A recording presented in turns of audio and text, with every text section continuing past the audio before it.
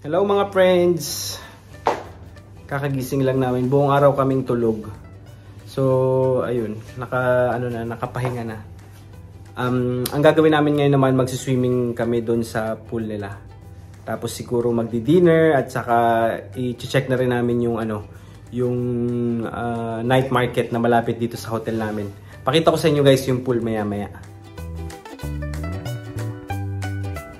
Hello mga friends, ayan ang ganda dito sa parang hallway ng hotel namin, parang nasa universe. Tapos ayan ang ating mga ka-friends. Hello mga friends. Mga friends, ito yung 11th floor. Actually, dalawa yung lifts namin merong going to parang north and south, hindi ko maintindihan, basta dalawa yung access niya. So ngayon, papunta kami ngayon ng pool area. Ayan. Pero guys, bago tayo pumunta doon, tingnan nyo dito, pwede kayong maglaro ng mga games. Ayan may ganyang pa games. Tapos, dito kayo magre-register para sa pool. Kuha lang kayo ng towel, tapos isusulat, and then pupunta ka dun sa swimming pool. Register lang kami guys.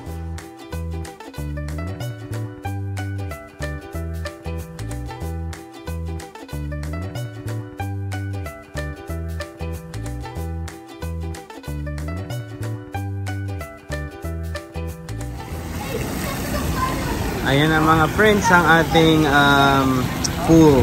Ayan ang daming gumagamit ngayon guys. Kami dito muna kami. Ayan, tatambay lang muna kami. Tapos mag-swimming din siguro ako guys. Medyo may sakit pala ngayon guys si John. Ayan, uminom na naman siya ng gamot, pero hopefully gumaling na siya. Mga friends, ayan tingnan nyo. Yan ang view ng dito sa my pool area. Ayan ang mga friends. Grabe, surrounded kami ng mga lalaking matataas na building. Tama yun guys, yung building na ito. Para siyang meron ganyang pailaw. Galing. Swimming na kami guys. Hello mga friends, samahan nyo kami ngayon. Mag-explore kami ng night market dito sa Pratunam. So kasama ko si Angelica at saka si Jess, malayo siya si John kasi medyo masama pa rin yung pakiramdam, so nagstay na muna siya para makapahinga ng mabuti para bukas go na ulit siya. So kami na lang munang tatlo.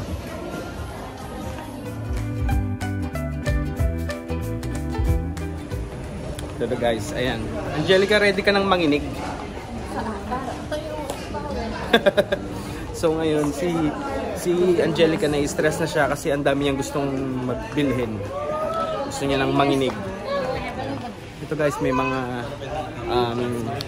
luggages. Kapag nagkulang pa kayo kapag marami pa kayong gustong mabili, don't worry, may mga pwede kayong mabili dito na mga luggage o mga duffel bag. Mga friends, so dito pa lang sa labas ng hotel namin, ayan na nakapila na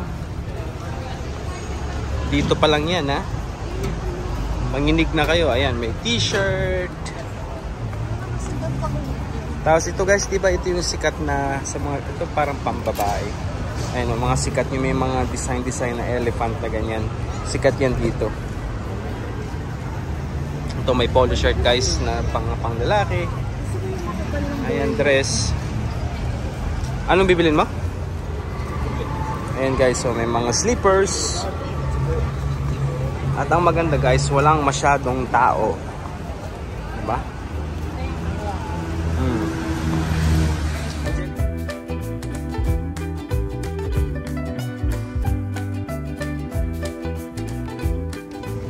Guys, may mga bag. Ayan guys, may mga keychains din. Ayan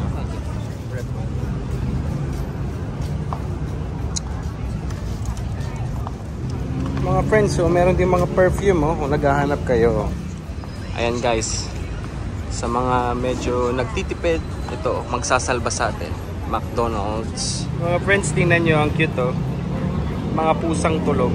Ayan, $1.99 ang isa. Cute! Ito din mga friends, alam ko ito kapag gusto nyo magpasalubong ng mga parang mga dried fruit ata ito eh. Ayan oh. Walang nakalagay nga lang na presyo. Ayan. Ayan mga friends, si Jess, bibili na ng mga pampasalubong niya oh. Ayan, mga cute na keychains. Ayan oh. Mga Labubo fans. May Super Mario, Hello Kitty, Lilo and Stitch. Tapos mga different characters pa. Tapos dito sa baba naman guys, merong mga ano to? Jewelries. Ayan. Sorry. Ito guys, merong mga ref magnet. So 3 pieces for 100 baht. Ayan guys, oh, ang daming selections. So ayan, parang mura na yan friend. Pero magtingin pa din tayo kapag may makikita akong guys na mas mura, i-update ko kayo. Mga friends, oh ayan oh, ganda ng ano, ng Pratunam in Thailand. Ang ganda oh. Kaya mga friends, so ang dami nagpipicture dito sa bridge na to. So kung gusto nyo ng magandang spot for picture taking, dito lang yan sa bridge na to. Mga friends, ayan oh, may mga street food din dito oh. Pwede kayong kumain. Ayan. Ito mga friends oh, pwede kayong mga, ang dami mga fruits. Ayan oh, 60 baht daw. Ayan o. Tapos ito pa ulit, mga goodies. Ayan, magtingin. Sarap, ang gandang magtingin-tingin guys. Oh. Tapos syempre, ano muna kayo, mag-scan muna kayo guys. Kasi mas okay na tingnan nyo yung different area. Kung may lakas kayo guys, na ano muna, explore muna ang mga different stalls dito sa Pratunam night market.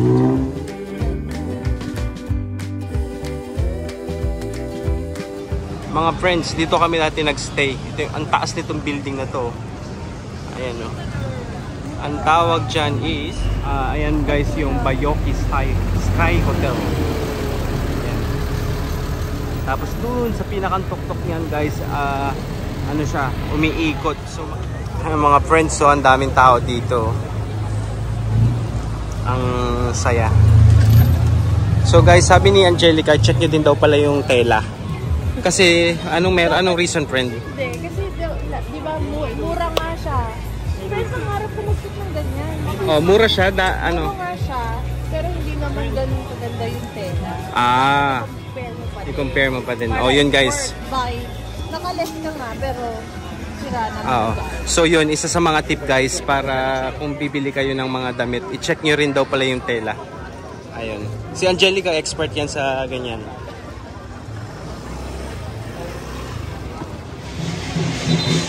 Guys, merong pa, dragon dance something. Yun. Galing, nasaktuhan natin guys. Nakakatuwa naman, no? Wow! Ayan, kailangan pala maglagay ng pera guys. Wala akong dalang pera. Galing. Haba niya.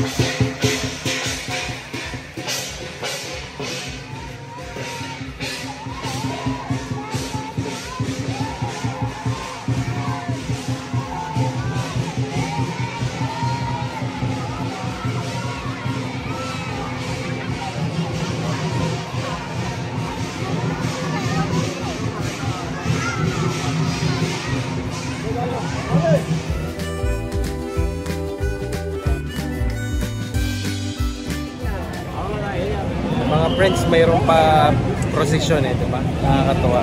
Nasaktuhan natin.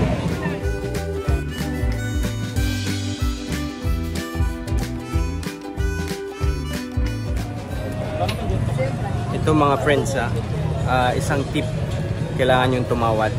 Ayan, kanina ang presyo sa amin, ito kasi si Angelica bumibili na siya dun. Ang presyo sa amin kanina is 900 daw, tatlo. Eh ngayon sabi namin, sige balik na lang kami. Tapos sabi niya, sige 850 na lang. Tapos sabi niya, sige nga bukas na lang, sabi namin. Tapos sabi niya, sige kumuha ka ngayon, bibigay na namin ng 750. So nakuha namin siya ng 750 for 3. Nakakatawa. Ayun na mga friends, si Angelica. Di ba? Pili-pili na.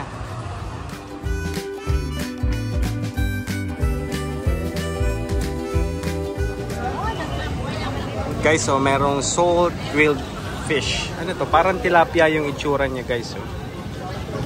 Ayan. Ito, lakad-lakad ulit kami. Ang dami pang makakain, guys. So, may mga fruits. Ayan, mangoes. Ayan. Grabe, ang busy ngayon, guys. So, nakakatuwa. Mga friends, so nakita namin yung One Food Center. So, papasok daw kami dyan, guys. Ito mga friends, nandito na kami sa loob ng food center. Pero may mga ano din eh. Kala ko purong pagkain lang, pero meron din palang mga damit-damit. Ayan. Ayan si Angelica. Nginig na talaga siya. Ayan, maganda yan. Yung pang hand carry. Wala ka lang pang hand carry talaga. Ha? Ay, hawakan. Wait lang guys. Ito may nakita si Angelica ulit. Actually mga friends, vlog to ni Angelica. Ayan. Vlog to ni Angelica. Gabi niya to. Kami lang ang mga bodyguard. Bodyguard lang kami ni Jess. Ayan na. Ayan mga friends, lumabas na kami dun sa food market. Wala namang mabibili. So, balik na kami. Ito na, mamimili na kami kasi parang may mga nakita na kami mga goods na magaganda talaga. So, bibilhin na. Guys, ito yung mga nabili na namin, no? Ayan na. So, yung mga shorts, 80 baht. Or 2 pieces, 150 baht. Tapos guys, ito yung yung kung gusto nyo bumili ng yung mga parang jogging pants na may mga print ng elephant, 100 siya. Pero kung bibili ka ng 10, meron kang free na isa. Dito lang rin yan sa may Pratunam. Yan sila. Ito yung pinakang landmark niya guys. So, dito lang sila sa side. Yan si Kuya yung nagtitinda. Ito mga friends, so ang bait ni Kuya. Pinaplastic pa niya sa amin. Ang galing.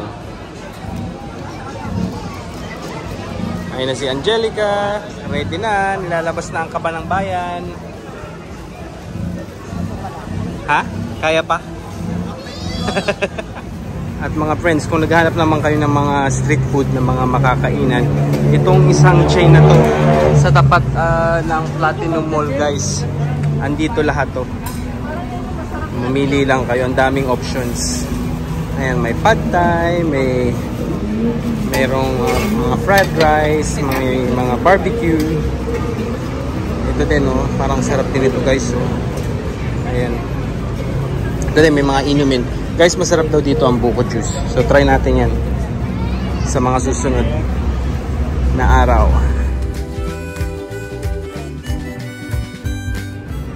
Ito mga friends, very interesting to. Mga insects. Ayan o. Dito lang yan sa Bangkok, Thailand guys. Try nyo na. Ayan guys. Dito pa rin yan sa mga chains ng na street food dito sa may tapat ng Platinum. Ayan mga friends, tama na muna for tonight kasi may mga damages na kami. Konti pa lang naman, pero baka mapadami pa pag pa kami, ikutin pa namin. Actually guys, ang dami pa, pero hanggang dito na lang muna. Are you happy my friend? Happy siya pero ano? Very broke. Very broke. Hindi pa naman daw. Kaya pa. Pero ano pa lang to ngayon? Panimula. Ayan, isang plastic. Ilang plastic ka? 2 plastic na. O ayan shout out kay Tita Marisa Montano. Dahil nanood ka sa vlog, si Justin na hindi ako inimbitahan guys sa kasal niya.